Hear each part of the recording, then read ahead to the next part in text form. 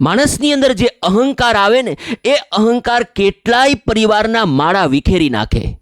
નાની નાની બાબતોમાં અહંકાર. મને ચાનું ન કહ્યું, હું એને ઘરે જમવા ગયો ને તો મને તાણ ન કરી, એ મને સામે મળ્યા ને તો મને બોલાવ્યા નહીં. એટલે આ સામેવાળાનો પણ કંઈક પ્રશ્ન હોય, એ બિચારો ક્યાંક ટેન્શનમાં હોય તો કદાચ કહેતા ભૂલી પણ ગયો હોય, પણ છતાં છોડે નહીં. મને કેમ ચાનું ન કહ્યું, હું હવે એના ઘરે પગ ન મૂકું, હું તો ભાયડો છું. એટલે આમ ભાયડા ન હોય.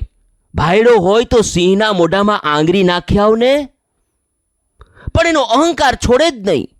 અને સાહેબ, એમાં પણ બેય વેવાયો વચ્ચે જો અહંકાર ઉત્પન્ન થાય ને તો મોટા પ્રશ્નો ઊભા થાય.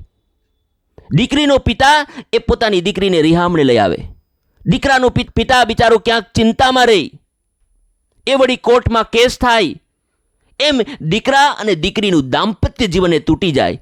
એમાંય જો એને દીકરા હોય ને તો નાના નાના ભૂલકાઓ, એ બિચારા ભૂલકાની લાઈફ તો બરબાદ થઈ જાય.